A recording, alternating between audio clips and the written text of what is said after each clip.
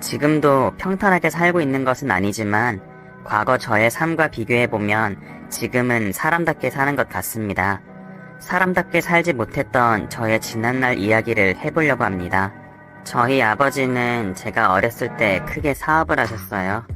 제가 살고 있는 동네에서 저희 가족을 모르는 사람이 없을 정도로 굉장한 부자였습니다.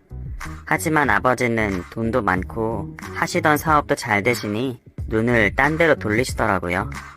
어머니를 두고 바람을 피우는 것은 물론이고 도박에도 손을 대셨습니다.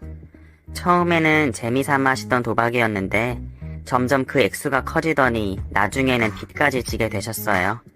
결국 사업도 접고 살고 있던 집도 팔게 되었습니다. 그 후 아버지는 매일 술에 쩔어서 사셨어요.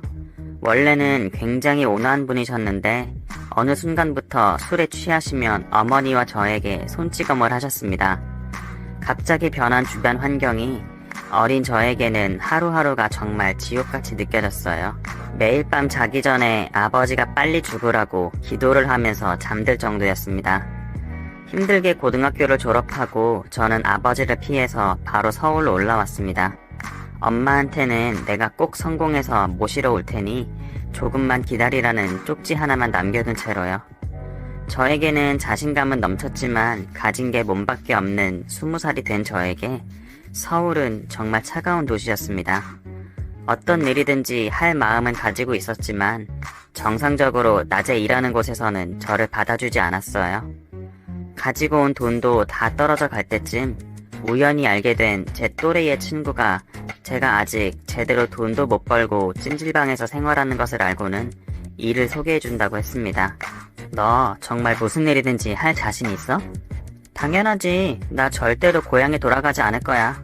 무슨 일이든지 해서 돈 벌어서 우리 엄마 고생시키지 않고 행복하게 모시고 살 거야. 그게 내 꿈이야. 정말 어떤 일이든지 상관없으면 나 따라와봐. 저는 자신을 따라오면 직장을 구해준다는 친구 말만 믿고 따라갔습니다. 잘 모르는 사람이 말하는 걸 듣는 게 아니었는데 그날 그 친구를 따라갔던 게 저의 인생을 모조리 바꿔두었습니다. 그 친구가 저를 데리고 간 곳은 강남 한복판에 있는 오렌지바라는 곳이었어요. 처음에 그 간판을 보고 뭐하는 곳인지조차 몰랐습니다. 저는 그냥 순수한 시골 처녀였거든요. 가게 안으로 들어가니 마담이라는 사람이 저를 맞이해주더라고요. 마담은 저를 위아래로 훑어보더니 이내 면접이라고 하면서 여러 가지를 물어보았습니다. 너 이름이 뭐라고? 김민지입니다. 민지? 이름 좀 흔하네. 이름 다른 거로 바꿔야겠다. 그럼 나이는? 키랑 몸무게는 어떻게 되고? 이제 20살이고요. 키는 166이고 몸무게는 52kg예요. 나이는 괜찮네. 얼굴도 반반하고. 근데 사실 몸무게가 중요한 게 아니고 라인이 중요한 거니까 저기 방에 가면 회색 원피스 하나 있거든? 그거 입고 나와봐. 이 가게에서 어떤 일을 해야 하는지, 내가 뭘 잘하는지 같은 건 묻지 않고 저한테 갑자기 옷을 갈아입고 오라고 하더라고요.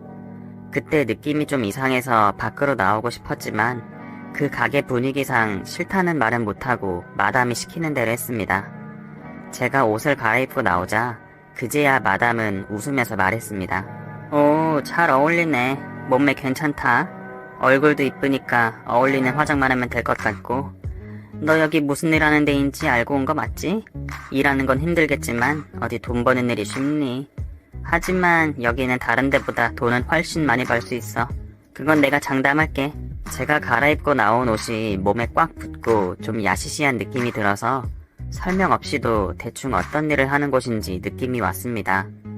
엄마가 제가 이런 일을 하고 돌아다니는 걸 아시면 슬퍼하실 것 같아서 안 한다고 하고 돌아서려고 했지만 돈을 많이 벌 수 있다는 이야기에 저도 모르게 열심히 일한다고 말하고 일을 하게 되었습니다.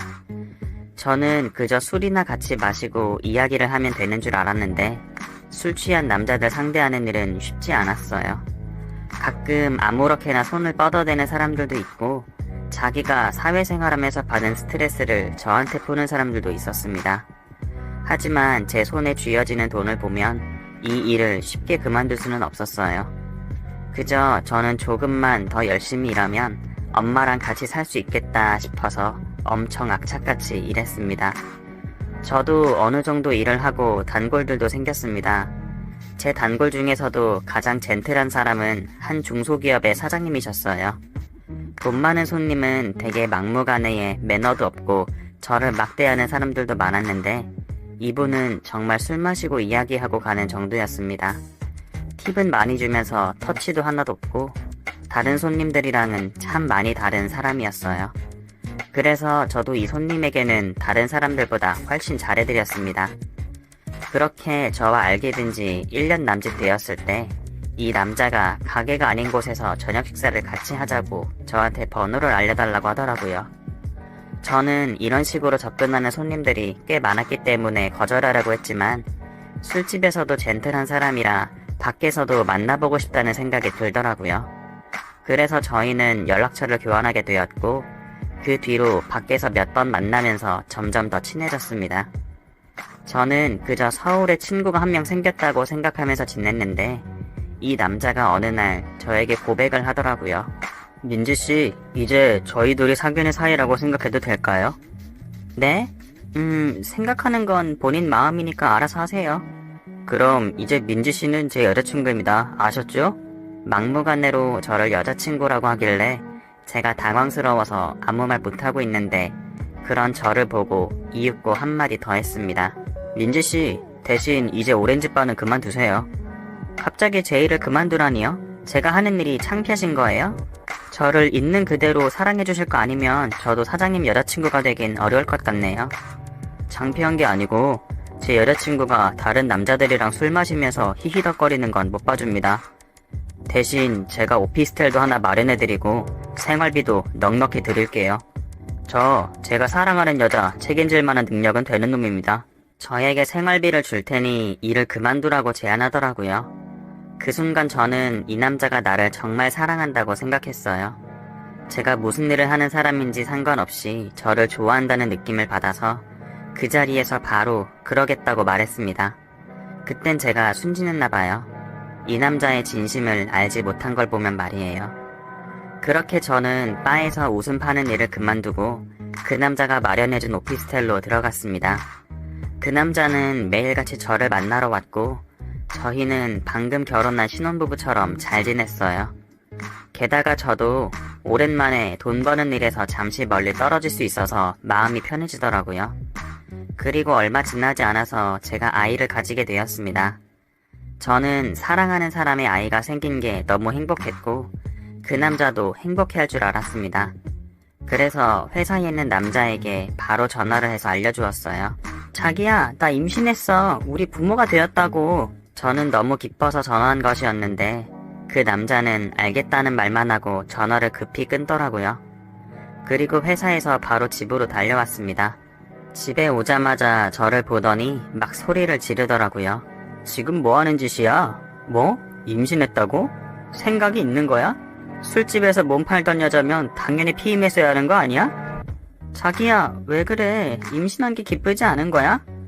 당연하지. 내가 너랑 결혼할 것도 아니고 네가 임신한 게 내가 왜 기뻐할 일이야? 그애 내 아이 맞긴 해? 내가 없을 때 딴 놈이랑 놀아놨을 줄 내가 알게 뭐야? 전날까지만 해도 저를 끔찍이도 아껴주던 사람이 제가 아이를 가졌다고 하니 태도가 180도 돌변했습니다. 저는 너무 놀라서 아무 소리 못하고 숨죽여 울기만 했습니다. 그랬더니 남자가 외투에서 두툼한 봉투 하나를 제 발밑에 던져주더라고요. 여기 이거 5천만 원이야. 이거 받고 앞으로 내 앞에 나타나지 마. 애를 지우던지 네가 키우던지 알아서 하고 이거 먹고 떨어져. 그리고 이 집도 내놓을 거니까 오늘 당장 나가버려. 알겠어? 저한테 이 한마디 남기고는 집을 나갔고 그 뒤로는 볼 수 없었습니다. 아무래도 남자는 제 전화를 받자마자 돈부터 준비했던 모양이더라고요. 저는 그 돈을 주워들고 그 집을 뛰쳐나올 수밖에 없었어요. 처음에는 아이를 지우려고도 해봤지만 차마 제 뱃속에 있는 아이를 없앨 수가 없었습니다. 그래서 엄마한테 말도 안 하고 혼자 아이를 낳았습니다. 다행히도 제가 그동안 모아둔 돈이 어느 정도 있고 그 남자한테 받은 5천만 원으로 일을 하지 않고 얼마간의 생활을 할 수 있었어요. 하지만 막상 아이를 낳고 보니 들어가는 돈이 만만치 않더라고요. 그리고 제 통장에 있는 돈이 점점 줄어들고 있었습니다. 저는 더 이상 아무 일도 안 하면 안 되겠다 싶어서 집 앞에 있는 편의점에서 일을 하게 되었어요. 아이를 봐줄 사람이 없어서 제가 일하는 시간에는 아이를 집에 혼자 두고 나왔는데 우연히 제가 아이가 있는 미혼모라는 걸 편의점 사장님이 알게 되셨습니다. 아휴, 아이를 혼자 집에 두고 오면 어떻게 합니까? 아직 말도 못하는 갓난아이를요. 저의 사정을 딱하게 여기신 사장님이 제가 일할 때 아이를 데리고 와도 된다고 말씀해 주셨어요. 어차피 손님들이 들어와서 물건 사고 금방 나가니까 편의점에 피해가 되는 건 하나도 없다고 괜찮다고 하셨어요. 저는 그 이야기를 듣고 배려해 주셔서 정말 감사하다고 여러 번 고개 숙여 인사했습니다. 알고 보니 사장님은 돌싱이셨더라고요. 본인도 살면서 아픔을 한번 겪어보셔서 그런지 혼자 아기를 키우는 저를 많이 챙겨주셨습니다. 제가 일을 할 때 가끔 와서 일을 도와주시기도 하고 아이도 봐주시곤 하셨어요. 그렇게 저희 둘은 같이 있는 시간이 많아지면서 서로 많은 이야기를 나누었습니다. 처음에는 그저 의지할 수 있는 친오빠 같은 사람이라고 생각했는데 점점 이성적인 감정이 싹 트더라고요. 저의 어두웠던 과거도 다 이해해주고 아이도 정말 예뻐해주는 모습에 마음을 열게 되었습니다. 연인 사이를 어느 정도 유지하다가 사장님은 저에게 결혼하자고 말했어요. 저는 애가 있는데 집안에서 반대가 없겠냐고 재차 거절 의사를 밝혔는데도 저와 꼭 결혼해야겠다고 제 마음을 붙잡더라고요. 그리고 나를 잡아서 사장님의 집에 인사를 드리러 갔습니다. 아니, 내가 애 딸린 여자랑은 결혼 절대 안 된다고 분명히 말했는데 키워코 집까지 데려와? 한 번 이혼했으면 됐지 이혼을 2번씩이나 하려고 그러는 거냐? 어머니, 이 사람 정말 심성 착하고 좋은 여자예요. 그렇게 반대만 하시지 마시고 한번 이야기도 나눠보시고 판단해주세요. 전에 와이프는 어머니가 좋다고 해서 어쩔 수 없이 결혼한 거였는데 결국 이혼했잖아요. 이번에는 제가 좋아하는 여자랑 같이 행복하게 살 수 있게 허락해주세요. 안 된다. 처녀를 데려와도 내가 이것저것 따져볼 텐데 애가 있잖니? 남의 핏줄을 뭐하러 힘들게 키운다는 거야? 열심히 키워줘봤자 나중에 자기 친부모 찾아서 떠날 거다. 내가 장담하마. 어떤 놈 자식인지도 모르고 아무나 집에 들이면 나중에 집에 큰 화가 닥친다고 이 녀석아. 사장님의 어머니는 제가 앞에 있는데도 불구하고 막말을 하시면서 엄청 반대하시더라고요. 저는 쳐다보지도 않으시고는 아기가 있기 때문에 절대로 안 된다고만 하셨습니다. 저도 저런 시어머니를 내가 감당할 수 있을까 너무 걱정스러워서 결혼을 포기하려고도 했지만 사장님은 끝까지 제 손을 놓지 않으시더라고요. 결국 사장님의 부모님도 어쩔 수 없이 포기하시고 저희는 결혼하게 되었어요. 결혼을 해서 보니 편의점 사장이라고는 하지만 돈을 그렇게 많이 버는 건 아니더라고요. 딱 빠듯하게 생활하고 조금 저금할 정도의 수준이었습니다. 그래서 인건비를 줄이고자 저도 편의점에 나가서 일했습니다. 그런데 자꾸 저희 편의점 가까이에 편의점들이 생기기 시작했어요. 저희 가게의 매출도 점점 줄어들게 되어서 겨우 가게 월세를 낼 정도로 벌게 되었습니다. 그런데 남편이 상인회 모임이 있다고 나간 날 밤에 경찰한테 전화가 오더라고요. 이현철 씨 가족 되십니까? 네, 맞는데요. 저는 아내 되는 사람입니다. 누구시죠? 여기는 용산경찰서인데요. 지금 남편분이 도박장에서 잡혀왔습니다. 지금 이쪽으로 와주셔야겠습니다. 조금 늦은 시간인데 오실 수 있나요? 갑자기 성실한 제 남편이 도박으로 경찰서에 붙잡혀 있다는 소리를 듣고 불이 나게 달려갔습니다. 알고 보니 남편은 그날이 처음 도박한 게 아니더라고요. 매출이 점점 줄어들어서 생활하는 게 힘들게 되자 저 몰래 여기저기 도박을 하러 다녔던 겁니다. 처음에는 경마장이나 스포츠 토토 같은 것들에 손을 댔는데 한 번에 많은 돈을 벌기 힘들어지자 일명 하우스라는 곳에 가서 크게 도박을 벌인 것입니다. 다행히 처음 도박으로 경찰에 잡힌 것이고 현장에서 제 남편이 도박했다는 명확한 증거가 없어서 몇 시간 조사받고 풀려났습니다. 여보, 제가 어렸을 때 이야기했던 거 기억나세요? 저희 아버지 말이에요. 도박이랑 술을 엄청나게 하셨다고 말씀드렸잖아요. 제가 당신을 좋아하는 이유 중에 하나가 당신은 도박도 하지 않고 술도 먹지 않아서였어요. 그런데 저 몰래 도박을 하고 다녔다니 너무 충격적이네요.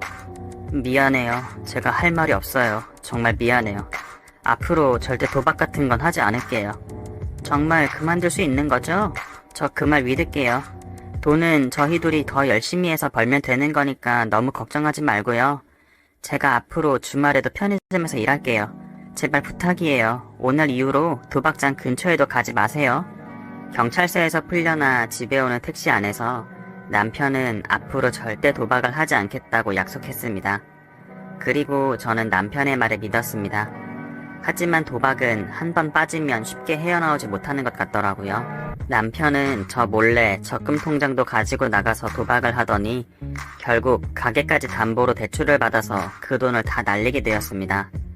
저희는 어쩔 수 없이 살던 집을 정리하고 시부모님네 집에 들어갈 수밖에 없었어요. 시부모님네 집에 들어간 후부터 저의 지옥 같은 날들이 다시 시작되었어요. 시어머니는 이때다 싶으셨는지 저에게 온갖 집안일을 다 시키시더라고요. 그리고 항상 제가 집에 잘못 들어와서 남편이 잘못했다면서 저를 구박하셨습니다. 시아버지는 저와는 말도 잘 섞지 않으셨지만 제가 집안일을 하고 있을 때마다 저를 쳐다보시더라고요. 처음에는 저에게 시킬 일이 있으신가 해서 여쭤보았는데 항상 아니라고만 하셨습니다. 그럴 때마다 저는 느낌이 쎄한 게 굉장히 기분이 이상했습니다. 그도 그럴 것이 남편에게 들었는데 시아버지가 여자를 좋아하셔서 예전에 바람을 몇 번 피우셨다고 했거든요. 그런데 어느 순간부터 저와 눈이라도 마주치면 자꾸만 헛기침하면서 다른 곳을 쳐다보시더라고요. 저는 혹시나 나를 여자로 생각하시는지 괜히 무서워졌습니다. 그런데 저에게 고통을 주는 건 시부모님뿐만이 아니었습니다. 남편은 자기가 모아둔 돈 전부를 도박에 날리고 충격에 빠졌는지 갑자기 안 하던 술을 하기 시작했어요. 그래도 스스로에게 분이 안 풀리는지 어느 날부터 저희 아버지처럼 저를 때리기 시작했습니다. 딸은 엄마 팔자를 닮는다고 하잖아요. 바로 제가 그런 것 같더라고요. 저는 엄마처럼 남편한테 맞는 여자가 되어 있었습니다. 하지만 제 아이 때문에 이혼할 용기도 나지 않더라고요. 엄마도 저 때문에 참고 살았던 것 같았습니다. 저의 몸은 어느새 멍투성이가 되어 있었습니다. 처음에는 술에 많이 취했을 때만 때리던 남편이었는데 점점 더 난폭해지더니 그냥 자기가 기분이 안 좋으면 저를 때리기 시작했거든요. 하지만 저는 남편이 언젠가 다시 정신 차리고 예전에 다정했던 사람으로 돌아오겠지 하는 막연한 기대를 하고 하루하루 버티고 있었습니다. 그런데 어느 날 남편이 사고를 당했다는 전화를 받았습니다. 술을 먹고 새벽에 무단횡단을 하다가 차에 치여서 응급실에 실려갔다고 하더라고요. 저는 시부모님을 모시고 급하게 병원으로 갔지만 남편은 저희에게 인사조차 하지 못하고 세상을 떠났습니다. 야 이년아, 너 때문이야. 네가 내 아들 놈 잡아먹은 거야. 이 요망한 계집 같은 이라고. 네가 우리 집에 들어오고 나서부터 집에 안 좋은 일만 계속 일어났어. 네가 원흉이야. 내 아들 살려내. 착한 내 아들 살려내란 말이야. 시어머니는 남편이 죽었다는 소리를 듣고 병원에서 저의 머리채를 잡고 흔드시면서 모든 게 제 탓이라고 원망을 하시더라고요. 저는 정말 모든 게 내 탓인 것 같아서 반항도 못하고 울면서 맞고만 있었습니다. 뒤늦게 도착하신 시아버님이 그 모습을 보시고는 시어머니를 뜯어 말리셨고 저는 그 상황에서 벗어날 수 있었습니다. 시어머니는 장례식장에서도 저에게 당장 나가라고 소리치시더라고요. 하지만 제가 한때 사랑했던 제 남편의 마지막 길을 같이 하고 싶어서 모진 욕을 들으면서도 참고 있었습니다. 아가, 내가 네 시어머니한테는 잘 말해두었어. 같이 사는 건 서로 불편할 테지만 아들 녀석 유품 정리하고 네가 다른 살 곳 찾을 동안은 여기서 지내라. 장례식이 끝난 후 시아버님이 저한테 오셔서 집에 같이 가자고 다정하게 말씀해 주시더라고요.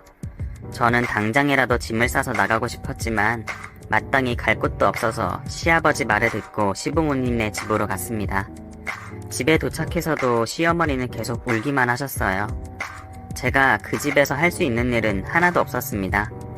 저는 눈에 띄지 않게 하루 종일 제 방에만 있었어요. 그리고 시부모님이 다 주무실 새벽에 방문을 열고 나와서 화장실에서 샤워했습니다. 그런데 제가 화장실 문을 깜빡하고 안 잠갔는지 누가 갑자기 문을 벌컥 열더라고요. 너무 놀라서 뒤를 돌아보니 시아버님이셨습니다. 아이고 미안하다. 네가 있는지 몰랐어. 난 그냥 자다가 일어나서 화장실에 온 건데 미안하다. 화장실에는 따로 샤워실 칸막이가 없어서 제 몸을 다 보시게 되었어요. 아버님은 미안하다고 말씀하시고 급하게 문을 닫으셨지만 제가 보기에는 그 짧은 시간에 제 몸을 싹 훑어본 것 같았어요. 같이 사는 동안 아버님의 눈빛이 심상치 않았었기 때문에 저는 혹시 일부러 제가 샤워하는 걸 알고 문을 연 건 아닌가 하는 생각이 들더라고요. 그래서 속으로 빨리 남편의 짐을 정리하는 대로 바로 나가야겠다고 생각했어요. 그리고는 시아버님이 또 문을 여실까봐 대충 샤워를 마무리하고 방으로 들어가 잠을 청했습니다. 그 다음 날도 저는 시어머니 눈치가 보여서 하루 종일 방구석에만 있었습니다. 그런데 그날 밤 저녁에 깜짝 놀랄 만한 일이 생겼어요. 제가 아들이랑 방에서 잠을 자고 있는데 갑자기 누가 벌컥 문을 열더라고요. 잠결에 그 소리를 듣고 쳐다보니 시아버지가 도둑처럼 조용히 방으로 들어오시는 겁니다. 아버님, 지금 뭐 하시는 거예요? 조용히 해라. 다 널 위해서 이러는 거야.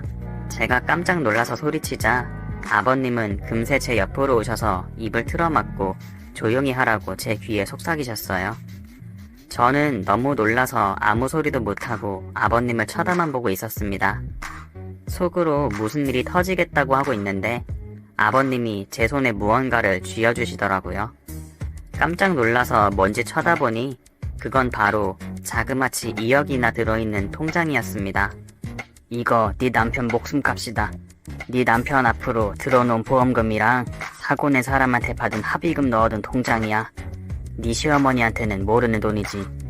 보험도 예전에 내가 몰래 들어놓은 거고 시어머니한테는 합의금도 일치 안 받고 그냥 선처해줬다고 말했거든. 아버님, 그래도 이 큰 돈을 저한테 다 주시면 어떡해요?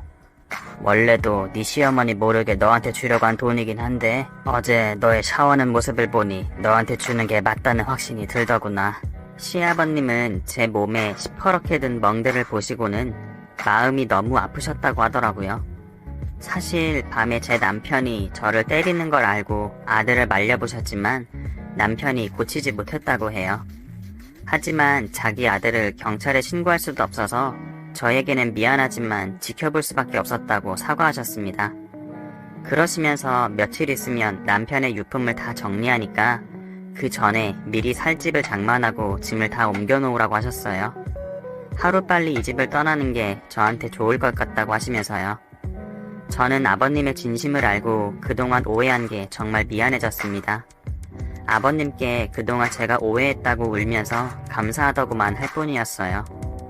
그리고 며칠 뒤 남편의 유품을 다 정리하고 그 집을 나왔습니다. 집을 나온 후에도 아버님과는 가끔 연락하면서 지내고 있는데 요즘 아버님이 몸이 많이 안 좋으시다고 해서 걱정입니다. 곧 있으면 남편의 기일이 다가오는데요. 어머님을 뵐 용기가 없어서 그동안 찾아뵙지는 못했지만